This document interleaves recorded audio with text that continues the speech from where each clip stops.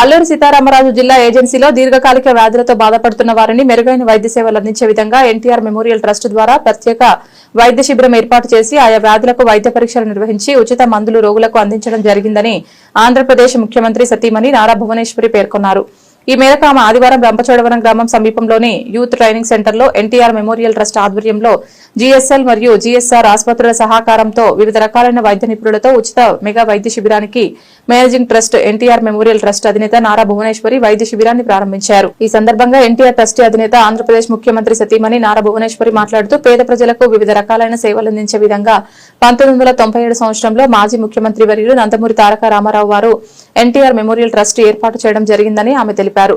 NTR memorial trust ద్వారా అనేక వ్యాధులతో బాధపడుతున్న వారికి మెరుగైన వైద్య సేవలు అందించే విధంగా ముఖ్యమంత్రి చంద్రబాబు నాయుడు ఈ ప్రత్యేక ఉచిత మెగా మెడికల్ క్యాంపు ఏర్పాటు చేయడం జరిగిందని ఆమె తెలిపారు.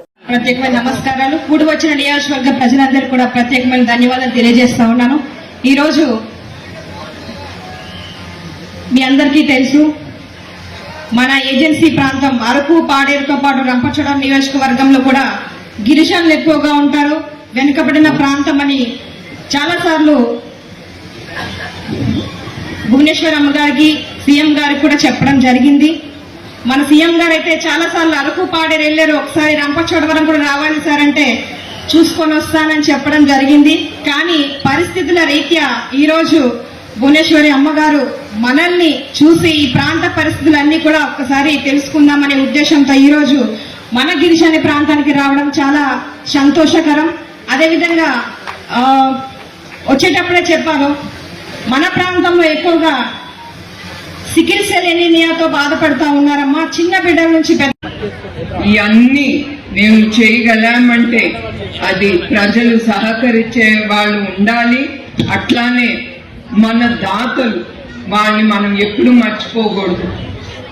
దాతలు ముందుకొచ్చి మేము ఉన్నాము, మీరు ఏ కార్యక్రమం తీసుకున్నా మేము మీతో పాటు చెయ్యి కలిపి మీ కార్యక్రమం ముందుకు తీసుకెళ్తాము అని చాలా మంది దాతలు ముందుకొచ్చారు. ఇంకా వస్తారని నేను అనుకుంటున్నాను. ఎందుకంటే వాళ్ళు ఏ నమ్మకంతో ఎన్టీఆర్ ట్రస్ట్ కి డబ్బు గాని రకరకాల విధానాలుగా వాళ్ళు ట్రస్ట్ కి అందజేస్తున్నారు. ఎందుకంటే ఇది గుర్తు చేస్తున్నాను మీ అందరికీ, ఇన్ని కోట్ల రూపాయలు మేము ఖర్చు పెట్టగలము అంటే అది దాతలు వలన మేము ఇది ముందుకు తీసుకెళ్ళగలుగుతున్నాం. అందుకే ఆ దాతలకి వాళ్ళు మా మీద ఉంచిన నమ్మకం, స్ట్రెంగ్త్ అనేది ఇస్తుంది మేము ఇట్లాంటి క్యాంప్స్ ముందుకు తీసుకెళ్ళటానికి. సో మరొక్కసారి ఇక్కడికి వచ్చిన ప్రతి ఒక్కరికి పేరు పేరున నా హృదయపూర్వక నమస్కారాలు, ధన్యవాదాలు.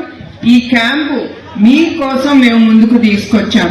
మీకు ఏది అవసరమో మీరు అది డాక్టర్లకి మీరు మాట్లాడుకోండి. ఏది మేము చేయగలమో ఇక్కడ మేము చేస్తాము, మీకు మందులు అందజేస్తాము.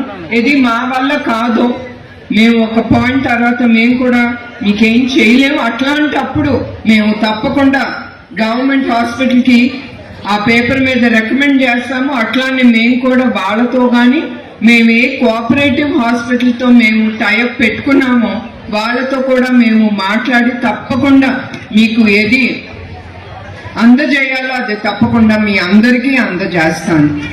మరొకసారి ప్రతి ఒక్కరికి నా హృదయపూర్వక నమస్కారాలు, ధన్యవాదాలు.